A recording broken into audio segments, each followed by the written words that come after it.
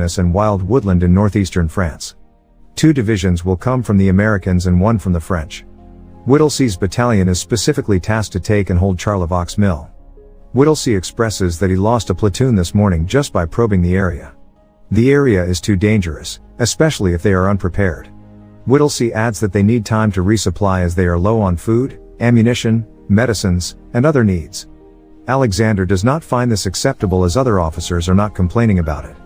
Whittlesey warns the Major General that he is still willing to guide his battalion, but the officer might not see them again, given the risk they will be taking. Whittlesey walks away from that meeting with a heavy heart. He then informs McMurtry to check on the replacements as they need all the help they can get. McMurtry approaches Lieutenant Leake as he needs his men to prepare. Before McMurtry can convey his purpose, Leake confides that he is supposed to be in the Texas unit. As of now, his men are from New York, and he's having difficulty communicating with them, let alone pronounce their names. McMurtry lets him know that as long as they can understand them, that's all that matters. Leake then calls the names on the list to gear up. They are headed to the battlefield. McMurtry checks on Leake as they only have 1 day before their mission. He reminds him how dangerous their assignment is. He tells Leake that tomorrow, once he goes over the top, he needs to pick a point straight ahead and then walk to it 10 yards at a time. Leake is tentative about this plan, but he knows he has to do it. He and his men have never been in combat. McMurtry reminds him that leading the troop and being at the front will give him that experience of being in an actual gunfight. Whittlesey gives final instructions to his men before they move in. He tells them to fix their bayonets as close combat is inevitable. Whittlesey then blows his whistle, signaling that it's time to come out of the trench and move forward. Despite losing several men, Whittlesey's team remains relentless and keeps pushing forward until the Germans have no other choice than to retreat into the mountains. They pursue the Germans until they are all killed. Whittlesey then commands them to hold the position. He proceeds to ask one of the soldiers to tell Leake to bring up the rest of his men. Leake and his team join Whittlesey's battalion. McMurtry warns Leake to get ready for the counterattack from the Germans. Leake is also told to hold their position. The Germans' officers are planning to move their corps reserve to the front. They are now aware that 3 divisions are working together to attack Argonne Forest. They can't afford to let them advance their position. Colonel Johnson suggests to General Alexander that Whittlesey's team withdraw as they are taking heavy casualties. Instead of listening to the suggestion, Alexander commands Whittlesey to keep moving forward. Whittlesey explains that they have no support at their flanks. The general tells him that the French and his flanks are ahead of them.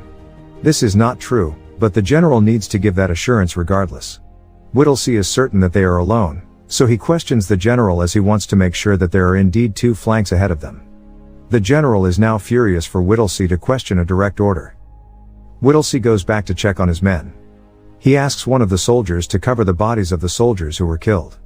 He also informs McMurtry that he's been told by the general that the French flank is ahead of them. Their task at this point is to take the Charlevoix Mill. Whittlesey lets Private Chin know that they don't have enough wire to reach the objective. Chin needs to set up a radio post so that he can communicate with the command post and inform them that Whittlesey's team is advancing. Chin is also told to relay a message that they need immediate resupply of food, ammo, water, and medical supplies for the wounded soldiers. Chin is later killed and is not able to set up the radio post nor communicate with the command post. Their only option right now is their carrier pigeons. Major Whittlesey leads some of his men to advance their position. Once they find a secure area, he asks one of his men to inform McMurtry to bring up the rest of his men. Major General Alexander is informed that the French flank has withdrawn. Alexander decides that it's time for them to pull back as well. The problem is that they are having a hard time contacting the soldiers on the ground as the line is cut. The German general is told by Major Prince that the Americans are still advancing their position in the Charlevoix Mill area. The general finds this surprising as doing so without enough men and weaponry, and they put themselves in a vulnerable position. The Germans can surround them at this point. The general tells Prince to move the infantry reserve to Charlevoix Mill tonight. This should be easy work for them. The American officers receive an update from Whittlesey by means of a carrier pigeon. They are told that Whittlesey and his men are able to reach Charlevoix Mill.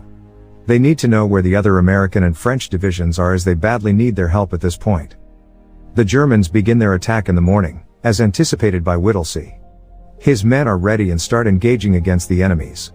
Private Krotoshinsky struggles to use his rifle as the battle makes him nervous and unable to think through. Major Whittlesey approaches him to calm him down and reminds him that this is just like basic training. He gives Private Krotoshinsky steps on how to fix the rifle. The soldier is then able to follow his instructions and starts killing the Germans. McMurtry tells Leek to pull back his platoon and form a defense in front of the medical area. Sergeant Gage informs Whittlesey that the Germans are now focusing on McMurtry's team and that they need reinforcement right now. Whittlesey then sends a reinforcement. Moments later, the German forces are driven out with the help of Captain Nelson Holderman's team. They are not there as reinforcement. They are there by pure coincidence as the Germans close in behind them on their way to get back to their lines. Their timing could not have been more perfect. With their help, McMurtry's team made it out. Desperate for water for the wounded soldiers, one brave soul runs towards the stream to refill some water bottles. He is then killed by a German sniper. Whittlesey stops another soldier from giving it a shot. They will need to come up with a better way of getting some water. For now, getting it from the stream is out of the question. Whittlesey is now aware that the French forces are not fighting with them. They are not there, to begin with. Despite the danger they are in, Whittlesey decides to stay and hold their position until they receive a new order. The soldiers' movement is limited due to a sniper nearby. Private Yoder suggests that in order for them to locate the position of the sniper, one soldier has to be the target.